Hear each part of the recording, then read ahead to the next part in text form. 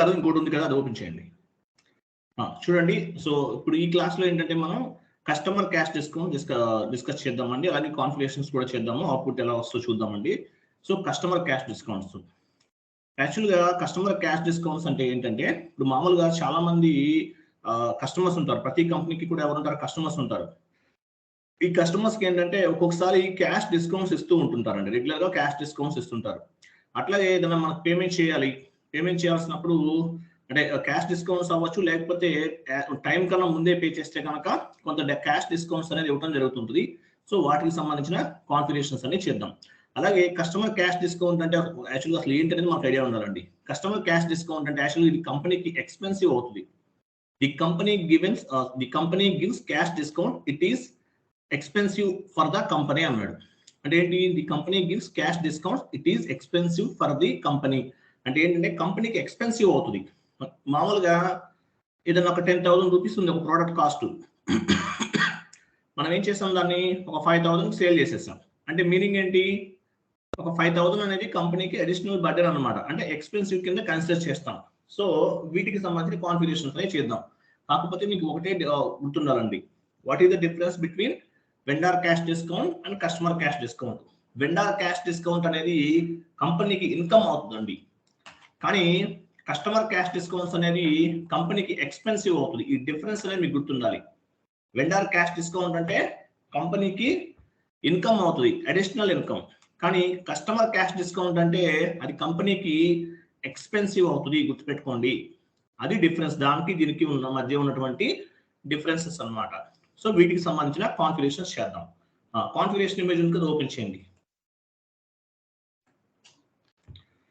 So customer cash discounts, వెండర్కి ఏ విధంగా అయితే cash discounts మనం కాన్ఫిగరేషన్స్ చేసామో అదే విధంగా కస్టమర్ కూడా చేస్తాం. డిఫరెన్స్ పెద్దగా డిఫరెన్స్ ఏమి ఉండదండి, కాకపోతే టీ కోడ్స్ చేంజ్ అవుతాయి. అలాగే ఇప్పుడు వెండర్ క్యాష్ డిస్కౌంట్ అనేది ఇన్కమ్ కింద తీసుకున్నాం, కానీ కస్టమర్ క్యాష్ డిస్కౌంట్ అనేది మనం ఎక్స్పెన్సివ్ కింద తీసుకుంటాం.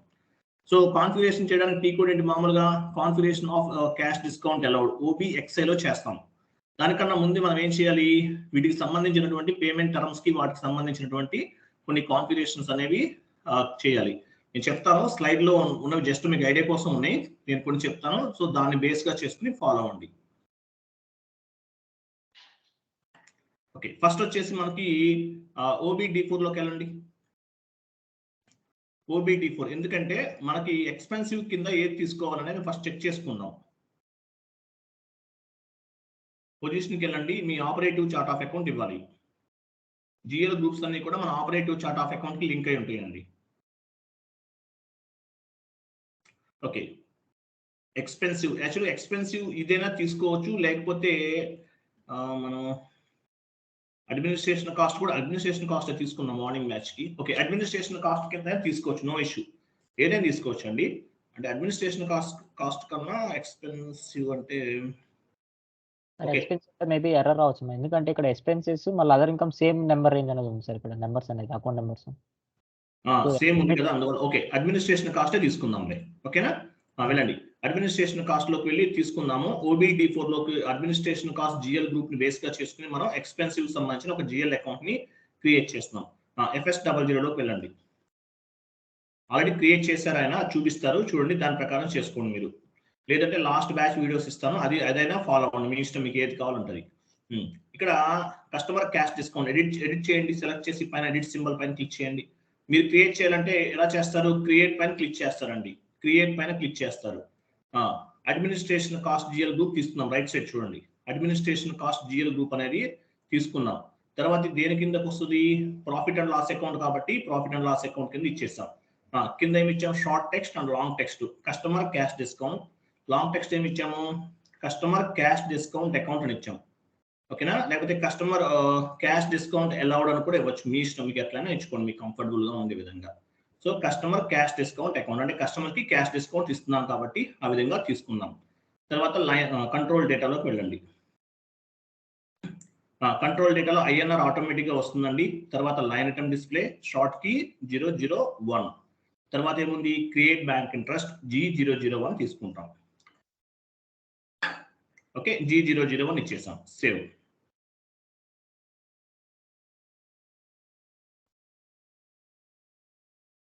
Okay okay G001 save. Okay అయిపోయింది. Right completed. సో మనం జిఎల్ అకౌంట్ క్రియేట్ చేసాం. తర్వాత ఏం చేస్తాము, ఈ జిఎల్ అకౌంట్ ని కస్టమర్ క్యాష్ డిస్కౌంట్ అకౌంట్ కి అంటే కాన్ఫిగరేషన్ చేస్తూ పిక్ అవ్వాలి కదా ఆటోమేటిక్ గా. So customer cash discount allowed configuration చేస్తున్నాం.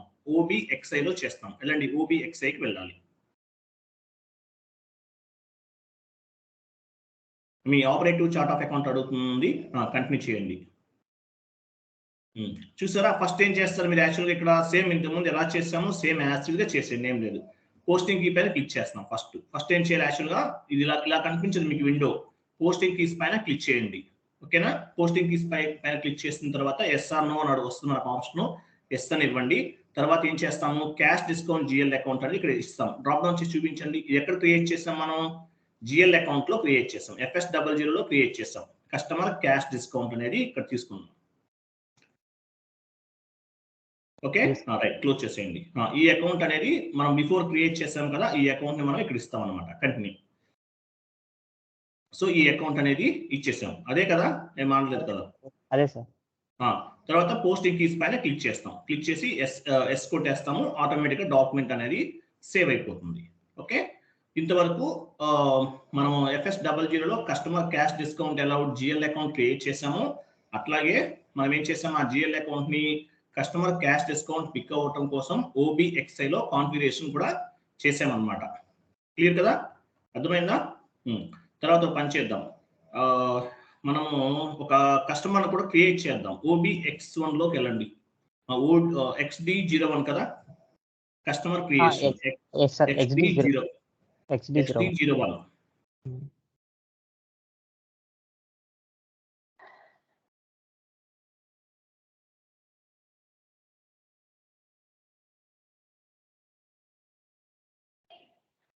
ఇది రామోజీ ఫుడ్ లోకి వచ్చినట్టుంది, అదేనా. అదే sir Ramoji food production. Okay, so మనం కస్టమర్ ని క్రియేట్ చేస్తున్నాం. కస్టమర్ క్రియేషన్ టీ కూడా ఏంటి, కస్టమర్ మాస్టర్ డేటా క్రియేషన్ అని కూడా చెప్తుంటారు. Customer creation or customer master data creation. XD01 లోకి వచ్చాం. ఫస్ట్ ఏమి ఇస్తాం, పైన అకౌంట్ గ్రూప్ దగ్గర ఏమి ఇస్తాము, మీరు ఏ కస్టమర్ క్రియేట్ చేస్తున్నారు. డొమెస్టిక్ కస్టమర్ అయితే డొమెస్టిక్ కస్టమర్ గ్రూప్, ఇంటర్నేషనల్ అయితే international customer group, one time అయితే one time customer group. So మీరు డొమెస్టిక్ కస్టమర్ క్రియేట్ చేస్తున్నారు కాబట్టి ఆ గ్రూప్ తీసుకుంటే ఆ గ్రూప్ కి యాడ్ అవుతుంది.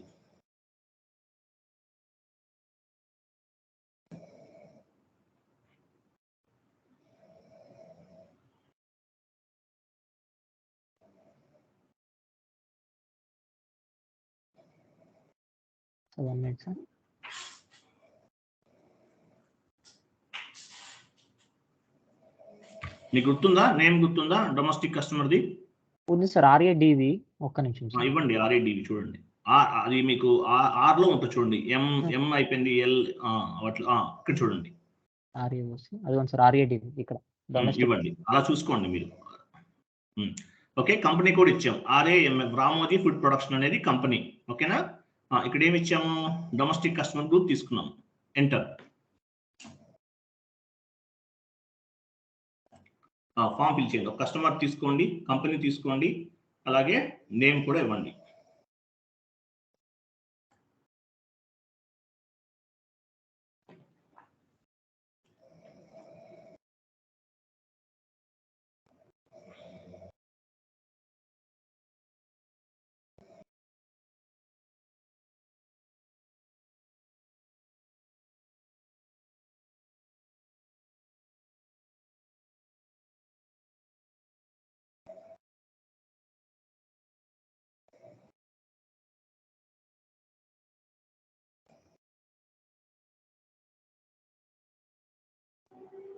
కిందకి రండి. పోస్టల్ కోడ్ అవి ఇవ్వాలి కదా. ఓకే సార్, ఇక్కడ చూపిలేదు. Post box number and postal code ఇవ్వండి. ఎందుకంటే మనకి APP ఆటోమేటిక్ పేమెంట్ ప్రోగ్రామ్ ఇటువంటి వాటికి ఏంటంటే కొంచెం మనకి కంఫర్టబుల్ గా ఉంటుంది. ఓకే సార్, అంతే కదా సార్. Okay, wait. కంట్రోల్ డేటా ఏం అవసరం లేదు, చూపిద్దాం ఒకసారి. కంట్రోల్ డేటాలోకి వెళ్ళండి. ఇక్కడ కస్టమరే వెండర్ అయితే కనుక ఇక్కడ తీసుకుంటామండి, లేకపోతే అవసరం లేదు. ఒక్కోసారి కస్టమర్ అనేవాడు మనకు వెండర్ అవుతాడు, అటువంటి సిచ్యువేషన్ ఇక్కడ తీసుకుంటాం. తర్వాత పేమెంట్ ట్రాన్సాక్షన్స్. ఇక్కడ ఏంటి, యాక్చువల్గా బ్యాంక్ డీటెయిల్స్ అన్ని ఇస్తాం. కస్టమర్ కి సంబంధించిన బ్యాంక్ డీటెయిల్స్ ఇస్తాం. తర్వాత కంపెనీ కోడ్ డేటాలోకి వెళ్ళాలి. Company code data company code డేటాలో డొమెస్టిక్ కస్టమర్ రికన్సిలేషన్ అకౌంట్ తీసుకుంటాం అక్కడ.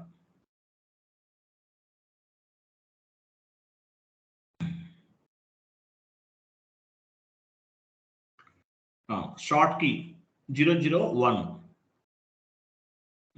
ఇక్కడ క్యాష్ మేనేజ్మెంట్ వచ్చేసి క్యాష్ మేనేజ్మెంట్ గ్రూప్ వచ్చేసి E6 కదా, ఇంతకుముందు మేజర్ వెండర్ తీసుకున్నాం, ఇక్కడ మేజర్ కస్టమర్ తీసుకుంటాం. E6 అంటే మేజర్ కస్టమర్ అని అర్థం. ఇవ్వండి.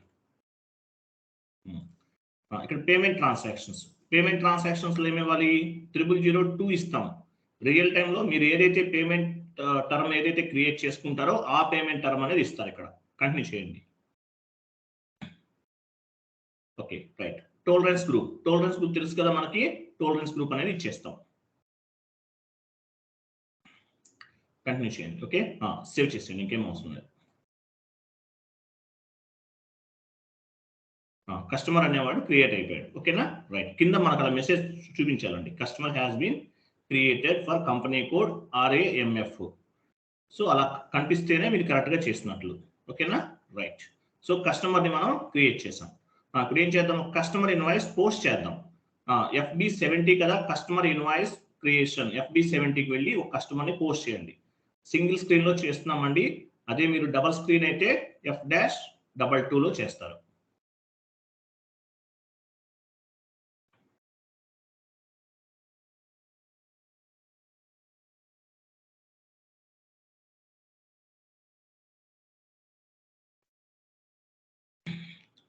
డేట్ అమౌంట్ 10,000 ఇవ్వండి.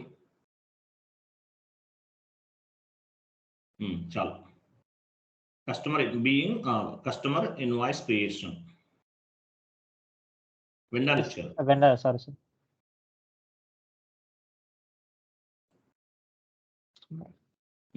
Okay, right.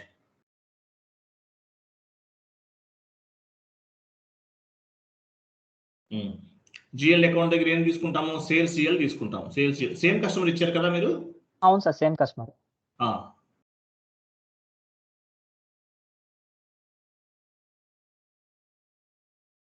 ఇవ్వండి. స్టార్ అంటే enter, simulate, save. Okay, 10,000 rupees invoice అనేది మనం పోస్ట్ చేస్తామండి. ఒక కస్టమర్ నేమ్ మీద 10,000 ఇన్వాయిస్ అనేది ఒకటి పోస్ట్ చేస్తాం మనం. ఒకసారి ఇది ఇన్వాయిస్ చెక్ చేద్దామా? మీకు తెలుసు కదా ఆల్రెడీ, ఇంకా చూడాల్సిన ఏముంది? FBL3Nకి వెళ్ళండి, FBL5Nకి వెళ్ళండి. FBL5N చెక్ చేద్దాం ఒకసారి. మనకి అక్కడ డ్యూ డేట్ సింబల్ రావట్లేదు కదా రామోజీ గారు? చూసాం కదా మీరు? అవును సార్, రావట్లేదు. అంటే మార్నింగ్ నా దాంట్లో చూడలేదు, ప్రశాంత్ దాంట్లో చూసాను. యాక్చువల్గా ఆప్షన్ కూడా లేదు, అవి కూడా డిలీట్ అయినట్లుంది. నా సర్వర్లో అయితే అసలు నాకు ఏం లేవు, అసలు నేను చేసిన ఏది కనిపించలేదు, మొత్తం పోయింది. నాకు బ్యాకప్ రాకపోవచ్చు అంటున్నారు ఆయన. చెప్పండి. ఎగ్జిక్యూట్ చేయండి. డిడి సింబల్ ఉందా చూడండి, డ్యూ డేట్ సింబల్ లేఅవుట్ లోకి వెళ్ళి ఒక విషయం వెయిట్ నేను చెప్తాను. ఇక్కడ స్టేటస్ రెడ్ లో ఉందండి. అట్లాగే ఏంటి ఇక్కడ అన్ని కూడా మనకి ఏంటంటే క్లియర్ గా మనకి డ్యూ డేట్ ఏమైనా అడిషనల్ గా యాడ్ చేసుకోవాలంటే పైన లేఅవుట్ అనే ఆప్షన్ ఉంటుంది. మీకు చెప్తానో లేదో గుర్తులేదు నాకు. లేఅవుట్ లోకి వెళ్ళండి, టాప్ లో క్లిక్ చేయండి. దాని మీద డ్యూ డేట్ సింబల్ ఏమైనా ఉందో చూడండి, అక్కడ ఒకసారి చూడండి. నేను చెప్తాను, పని చేయండి మీరు. వ్యూ ఫైండర్ లోకి వెళ్ళండి. ఓకే, అక్కడ వెయిట్ నేను చెప్తాను చూడండి. NET నెట్ అని కొట్టండి. NET నెట్ అక్కడ తీసేయండి. అది NET నెట్ స్పేస్ ఇవ్వండి. DUE డ్యూ స్పేస్ ఇవ్వండి. DA space DAT date symbol SYMBOL continue. అది చూసారా? లెఫ్ట్ కాపీ సెలెక్ట్ చేసుకుని మూవ్ చేయండి. కాపీ అనండి. కాపీ కింద కాపీ లాస్ట్ లో చూసారా? అక్కడ చూడండి, కర్సర్ పెట్టండి. ఏముంది? నాట్ డ్యూ ఉంది. ఎందుకు నాట్ డ్యూ అని చూపిస్తుంది మనకి? యాక్చువల్ గా మనకి ఇంకా టైం ఉంది. అంటే కస్టమర్ వెండర్ కైనా సేమ్ ఇలాగే చూపిస్తుంది. ఇంతకుముందు మనకి డ్యూ ఉంటుంది, డ్యూ ఆర్ ఓవర్ డ్యూ. ఎందువల్ల ఒక బెల్ సింబల్ చూపిస్తుంది అక్కడ. డ్యూ ఆర్ ఓవర్ డ్యూలో ఉంటుంది వెండర్ కి. సో కస్టమర్ కైనా అంతే. ఇప్పుడు కస్టమర్కి ఇక్కడ లేదు, వెండార్ కైనా ఉండదు. పేమెంట్ ఎందుకు మనం పేమెంట్ టర్మ్ అనేది ఇంకా మనకు 15 డేస్ టైం ఉంది అంతే కదా. 15 డేస్ టైం ఉంది కాబట్టి డ్యూ అవ్వలేదు మనకు అక్కడ.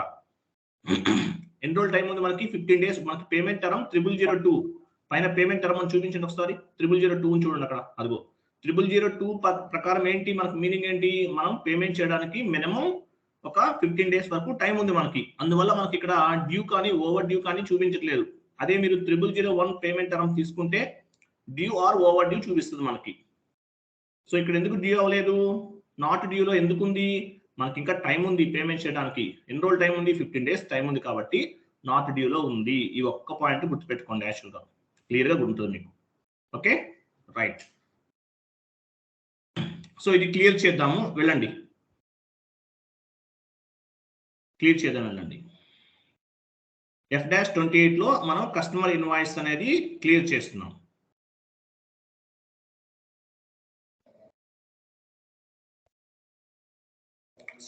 సేమ్ కస్టమర్ తీసుకోండి. 10,000 లో మీరు అమౌంట్ ఎంత డిస్కౌంట్? 3% కదా. 9,700 వస్తుంది అనుకుంటా, అంత ఇవ్వండి.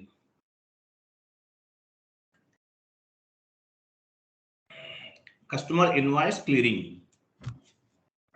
అమౌంట్ దగ్గర అమౌంట్ ఇచ్చేయండి.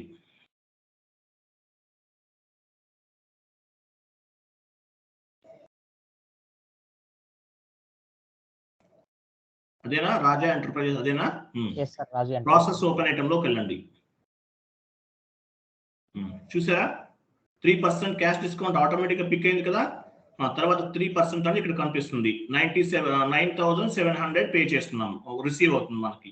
నాట్ అసైన్ 00 ఉంది, క్లియర్ గా చూడండి. నాట్ అసైన్ 00 ఉండాలి, ఉంటేనే డాక్యుమెంట్ అనేది పోస్ట్ అవుతుంది. ఓకే, డాక్యుమెంట్ లోకి వెళ్ళండి, సిమ్యులేట్ చేయండి. సిమ్యులేట్. ఓకే, సరిపోయింది కదా. 3,000 అనేది ఆటోమేటిక్ గా పిక్ అయింది. ఎందువల్ల మనం కాన్ఫిగరేషన్ చేసాం. కస్టమర్ క్యాష్ డిస్కౌంట్ పిక్ అవడానికి మనం కాన్ఫిగరేషన్ చేసాము. OBXI అండ్ OBXT లో కాన్ఫిగరేషన్ చేసాం. వెండర్ కి అలాగే కస్టమర్స్ కూడా మనం కాన్ఫిగరేషన్ చేసాం. దానివల్ల ఆటోమేటిక్ గా డిస్కౌంట్ అనేది పిక్ అయింది, లేకపోతే అవ్వదండి. గుర్తుపెట్టుకోండి. మనం అడిషనల్ గా చేసింది ఈ టాపిక్ లో ఏం చేసాం? అడిషనల్ గా మనం చేసింది మేజర్ గా మనం చేసింది ఏంటంటే ఇక్కడ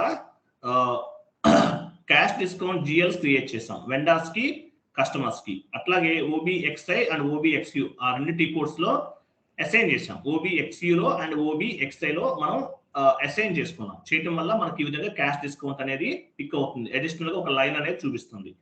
సేవ్ చేసేయండి. Document was posted. Okay clear. ఇది vendor cash discounts and customer cash discounts.